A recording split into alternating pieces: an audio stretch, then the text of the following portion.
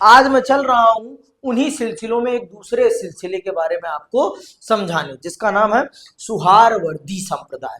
ठीक है, ये सुहारवर्दी संप्रदाय और चिश्ती संप्रदाय में मेजर अंतर क्या है ये चल रहे हैं आप समझने।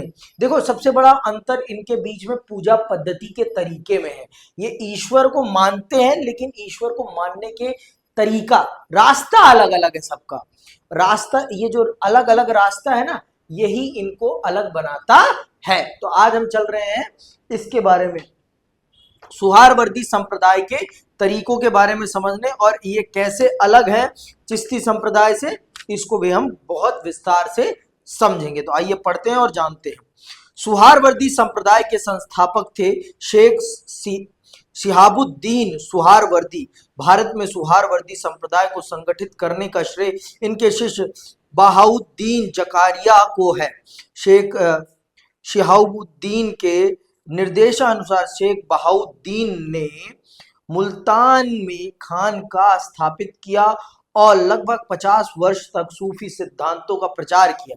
चिश्ती संतों की तरह ना तो यह शरीर को यातनाएं देने में, अंडरलाइन करो, चिश्ती संतों की तरह ना तो यह शरीर को यातनाएं देने में विश्वास रखते थे और ना ही निर्धनता में, मतलब ये यातनाएं, अपने आप को कष्ट देने में कोई विश्वास नहीं रखते थे, और ये निर्धनता पसंद कदापि नहीं करते थे। तो ये आपसे एक नंबर के प्रश्न में पूछा जा सकता है कि सुहारवर्दी और चिश्ती संप्रदाय में प्रमुख अंतर क्या है।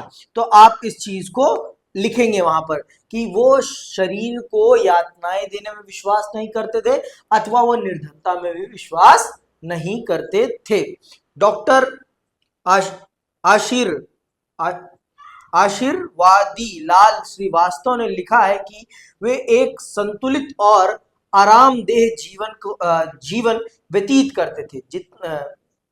जितनी वे आत्मा और बुद्धि की चिंता करते थे, उतना ही ध्यान वे शरीर पर देते थे। उन्हें धन से भी अधिक चिढ़ नहीं थी। उन्होंने राजनीतिक मामलों में भी भाग लिया, इसके कारण संपन्न लोग उनके अनुयायी बन गए। इन्होंने जिस व्यवस्था पर सुहारवर्दी संप्रदाय को संगठित किया, वह भी चिश्ती संप्रदाय से बहुत भिन्न थी। मतलब इनका लोगों को एक अपने से जोड़ने का तरीका भी बहुत अलग था। शेख बहाउद्दीन जकारिया की मृत्यु के पश्चात सुहारवर्दी संप्रदाय मुल्तान और कच्छ की उच्च की दो शाखाओं में बट गया, और उनके उत्तराधिकारियों ने इनके सिद्धांतों में भी पर्याप्त परिवर्तन कर दिया।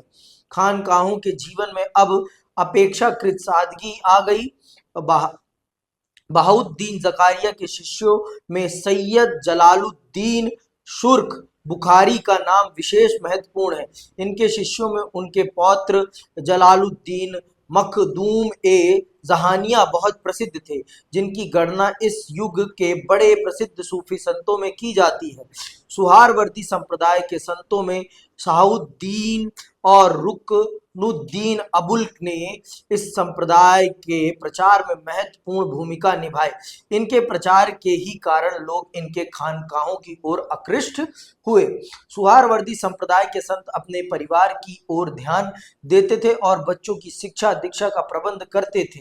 इनकी खानकाहों का जीवन चिश्तियों के समान सादगीपूर्ण नहीं था। ये लोग राजनीति में भी भाग लेते थे और धन का संचय भी करते थे। अंडरलाइन कर लेना ये बातें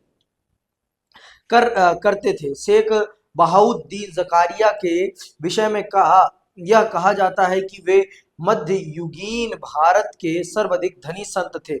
इनके खानकाहों में मेहमानों की खूब खातिर होती थी और आने वालों के रहने के लिए अलग से व्यवस्था की जाती थी। तो सुहारवर्दी संप्रदाय चिश्ती संप्रदाय के पूरा उलट है, पूरा का पूरा उलट है।